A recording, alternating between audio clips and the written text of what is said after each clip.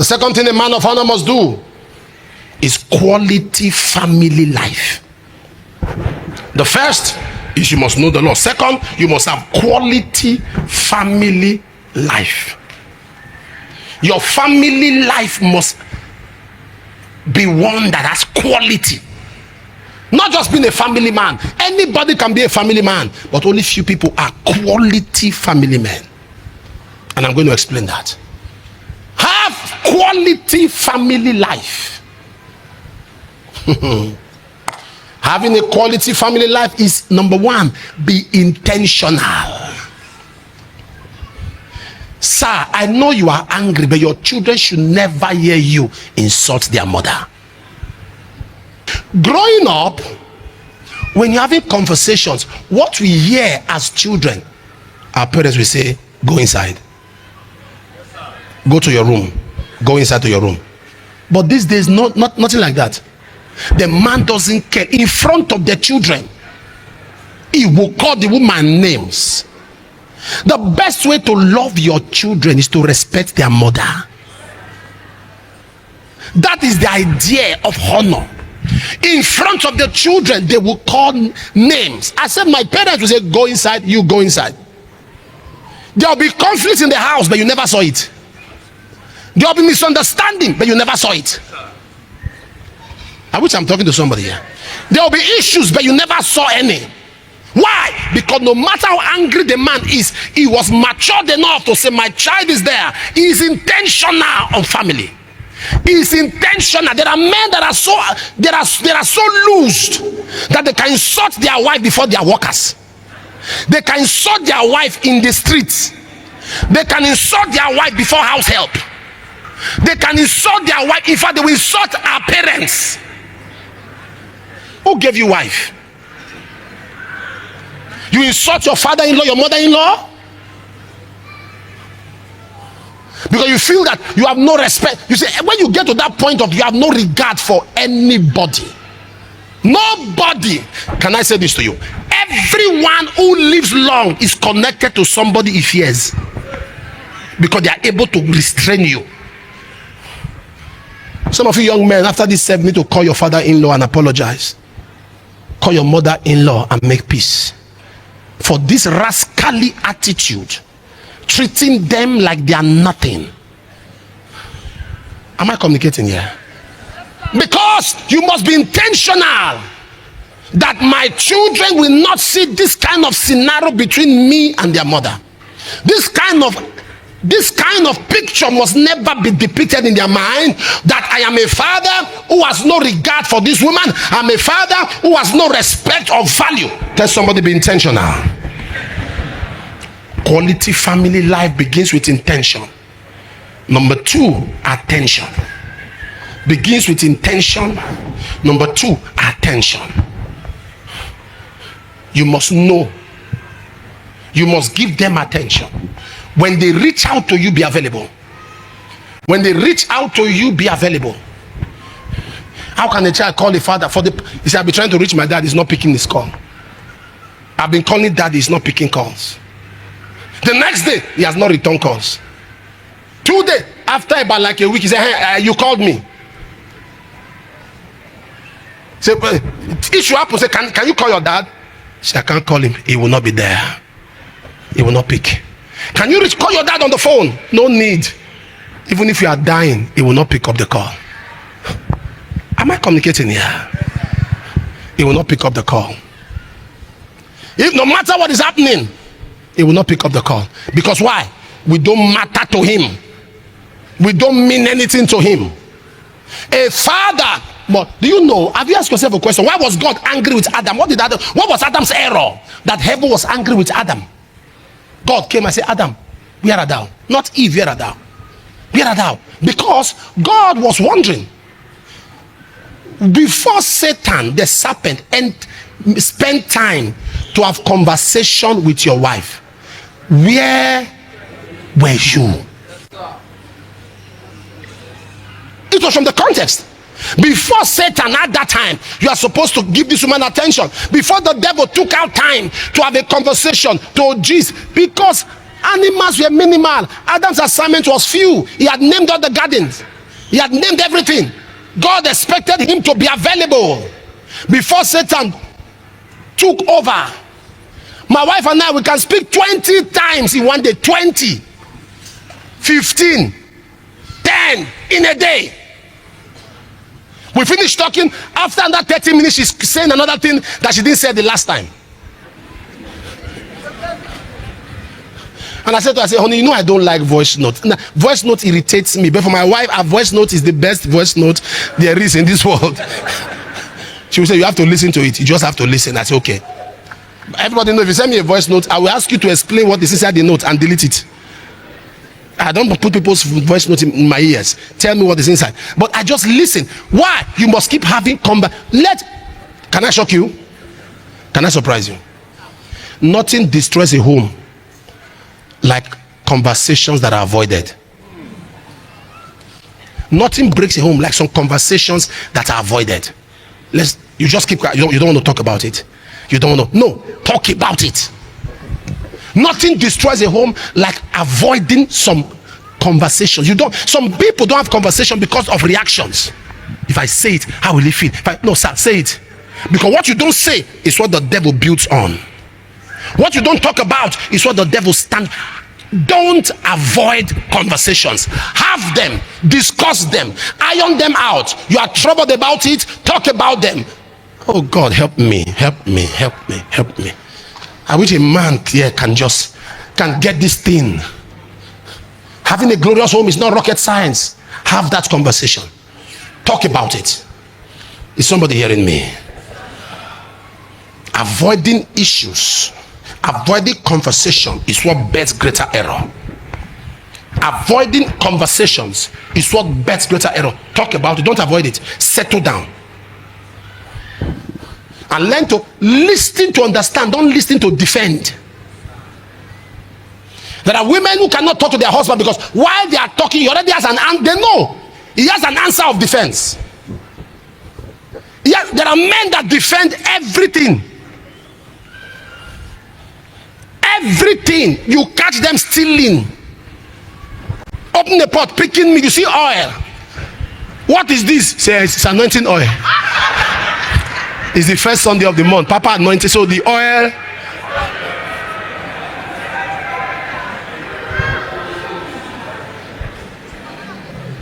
I've seen a lot of beautiful homes, wonderful marriages, but I've seen wonderful people divorce.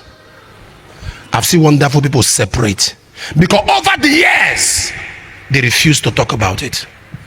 I hear a lot of things. Up to yesterday, up to days back, I keep hearing. All I asked the woman, have you apologized? She said, Daddy, let me explain. I said, no. First, apologize. It doesn't take nothing. That you say sorry doesn't mean you have admitted guilt. That you say sorry is to show empathy. It's to show that for you to feel this pain, it means that this thing hurts you. I'm sorry. You are not saying sorry because you are guilty of the offense. And you follow what I'm talking about. For you to be this angry already shows that this thing hurts you. First of all, before anything, I'm sorry. Then you now have a conversation. That's all some people want to hear. You see the man by the gates of Beautiful? People are dropping arms. Just drop. Peter, look at him. Say, look on us. That's what the man wanted. I need people to give me attention. I need people that can treat me as a human being. I need people that can treat me as not just dropping money around. Look on us. Say, look at us. We feel your pain. Look at us. There are some women that just want you to know that they are alive. There are some women that are married, but it's as though they are single because their husband, nothing she says that he agrees on. That your wife wants to talk to you, she has to pray, Father Lord, touch his heart. Let him be in a good mood. And you are moodless.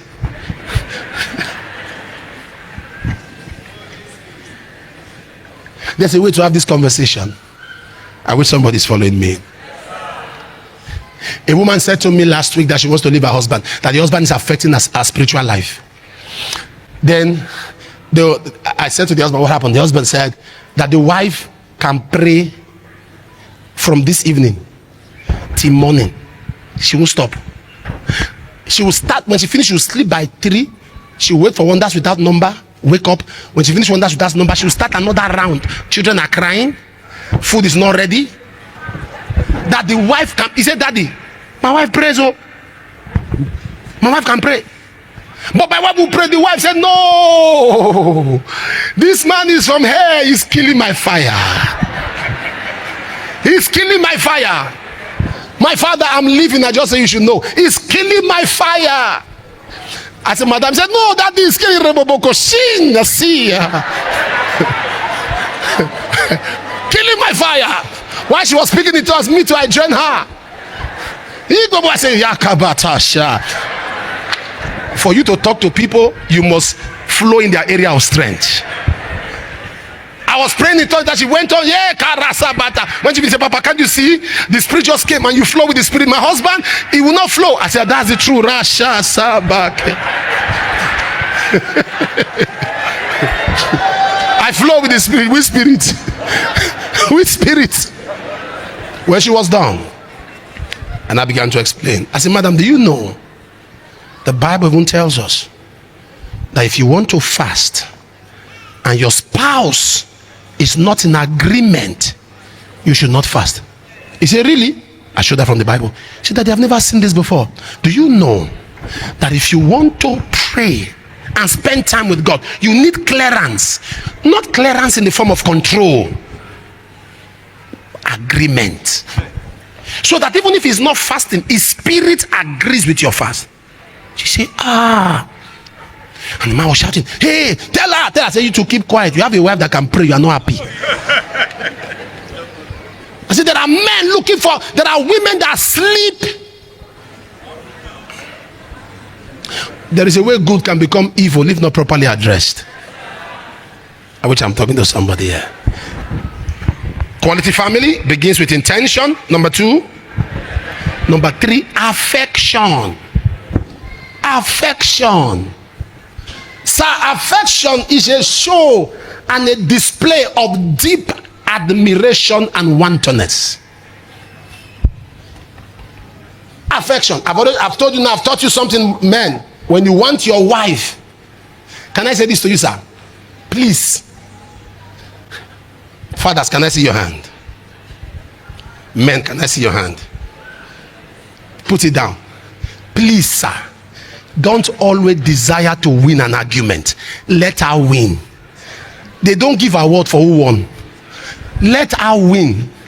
Your wife will be happy that she won. It means that argument means a lot. Don't win her.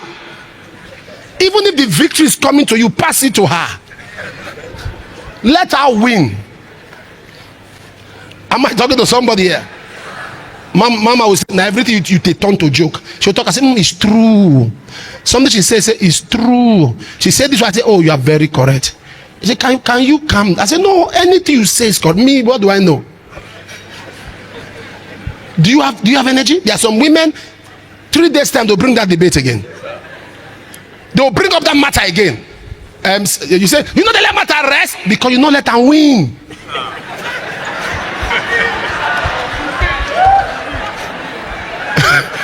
I wish I'm helping somebody today. Let her win. By the time she finishes, and the winner is my wife. Let her, anything she says is correct. That's what she wants. It's okay. You now went out. You now came back late. I'm sorry.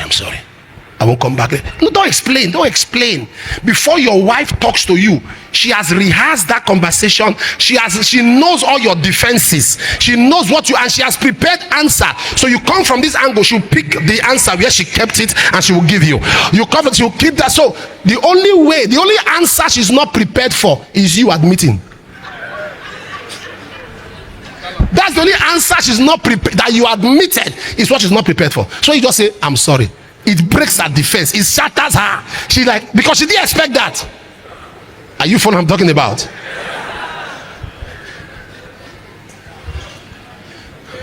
Amen. Life is easy when you let your partner win. Let them win. Affection. Your wife is talking to you, and you are seeing an angry woman. No, you should be seeing a woman who loves you, who cares about you. I give you examples so that you can relate with it. We're having a conversation one day, and my wife was like, I was just looking at her. She was saying some things. I was just looking at her. I said, you fine, Sha. You are so beautiful. Say, can you imagine? Why are you not a serious person? I said, you are so pretty. God, thank you. Thank you. Sir, conversation ended. That's affection. When you see the way some men treat women, you'll be wondering why they marry them. If you are going to be this mean and wicked to this woman, why did you marry her? She left her parents because she thought she would be secured. She left her family because she thought she had a friend. But now she is in hell. She's in a trap. The only prayer she's praying now is that her children should not make the mistake she made. Are you a man that your wife can look at the children and say, God, give my children this kind of husband? Are you a man that your wife can pray that prayer and say, my children, my daughter, may you marry the kind of man I married? Or is it telling your children, don't make the mistake I made? Stand on your feet.